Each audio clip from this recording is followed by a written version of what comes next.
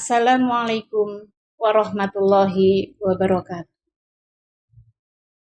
Alhamdulillah, hamdan wa syukran lillah, asyhadu an la ilaha illallah wa asyhadu anna Muhammadan abduhu wa rasuluh. Usi nafsi wa iyyakum bitaqwallah faqad fazal muttaqun.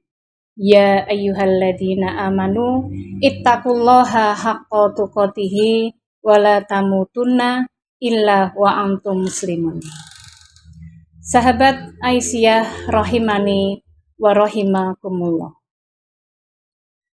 Di antara peristiwa agung dan istimewa yang hadir di bulan Ramadan ini adalah peristiwa turunnya Al-Quran kepada Nabi kita Muhammad Sallallahu Alaihi Wasallam yang menjadi wahyu utama.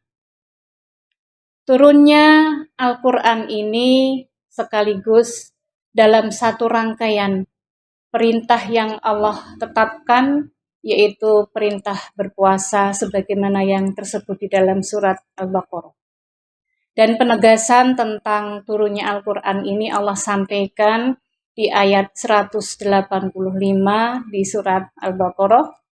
Syahrul Ramadan alladzi unsila fihil Qur'an hudal linnas wa bayyinati minal huda wal furqan. Di bulan Ramadan di mana engkau diwajibkan untuk menjalankan puasa, di saat itulah Allah turunkan Al-Quran.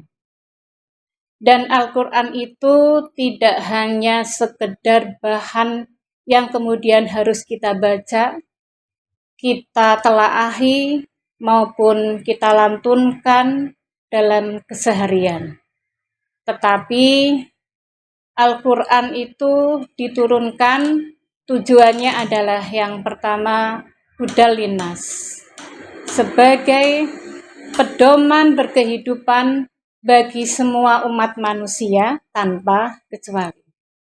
Kemudian yang kedua, wabayyinati minal huda, sebagai penjelas dari pedoman itu. Maka hadirnya Al-Quran itu menjadi sebuah arah bagi kita berkehidupan, karena membimbing kita sejak kita itu lahir, kemudian kita tumbuh dan berkembang sampai kita dewasa, hingga kita menghadap Allah sampai ketika hari dibangkitkan. Itulah Al-Quran.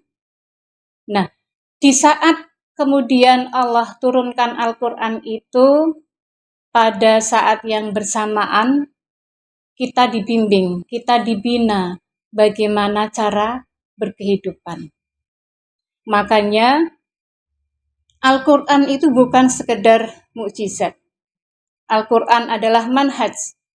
Al-Quran adalah pedoman yang kemudian mengeluarkan kita dari kebuntuan hidup kita, dari ketidakpahaman kita, menjadi bagaimana kita memahami dalam kehidupan dan merasa nyaman dalam berkehidupan. Sahabat Aisyah rahimani wa rahimakumullah. Makanya Allah telah memberikan contoh, memberikan gambaran, dan kita diajak untuk bagaimana berpikir. Mengapa Allah turunkan Al-Quran itu di suatu tempat, di satu komunitas yang kalau kita pahami betapa tingkat kriminalitasnya itu sangat tinggi, atau bisa dikatakan hampir sempurna. Pembunuhan, perampokan, mabuk-mabukan, dan sebagainya. Nah, ini yang kemudian terjadi di satu masyarakat di era Nabi, yaitu masyarakat jahiliyah. Dengan diturunkannya Al-Quran kepada Nabi kita Muhammad dan diutusnya Rasul kita di masyarakat pada saat itulah yang kemudian merubah kaum atau masyarakat jahiliyah menjadi khairu ummah, menjadi umat yang terbaik. Sebagaimana Allah sampaikan, kuntum khairu ummah ukhrijat linnas. Dan turunnya Al-Quran itu tidak hanya kemudian hanya berlaku pada era Nabi di masa itu, tetapi sampai hari ini pun Al-Quran tetap menjadi bagian dari kurikulum kehidupan kita. Betul, Al-Quran adalah kurikulum kehidupan. Kita bisa melihat dari surat Al-Fatihah sampai dengan surat An-Nas, ada 114 surat, 30 juz, 6.236 ayat, dan kurang lebih ada 52.000 kosakata. Ini menandakan bahwa Al-Quran itu adalah betul-betul menjadi kurikulum bagi kita dalam berkehidupan. Dan Ramadan memasuki tanggal 17 itu banyak kemudian para ulama yang menjelaskan.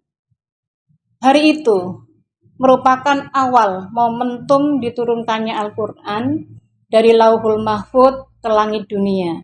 Dan dari langit dunia kemudian ditebarkan di masyarakat Islam di era Nabi Sallallahu Alaihi Wasallam. Sahabat Aisyah rahimani wa rahimakumullah.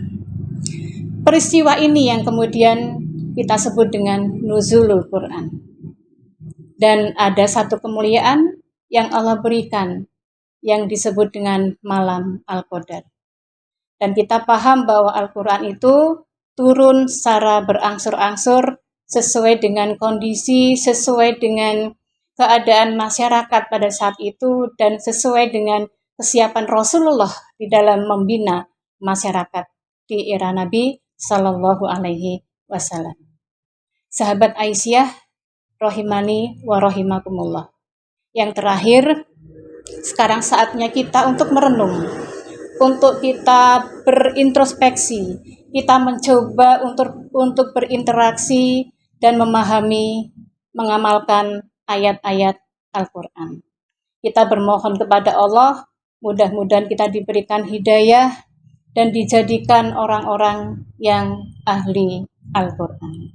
Barakallahu fikum, nasru minallahi wa fathun qarib wa basiril mu'minin. Assalamualaikum warahmatullahi wabarakatuh.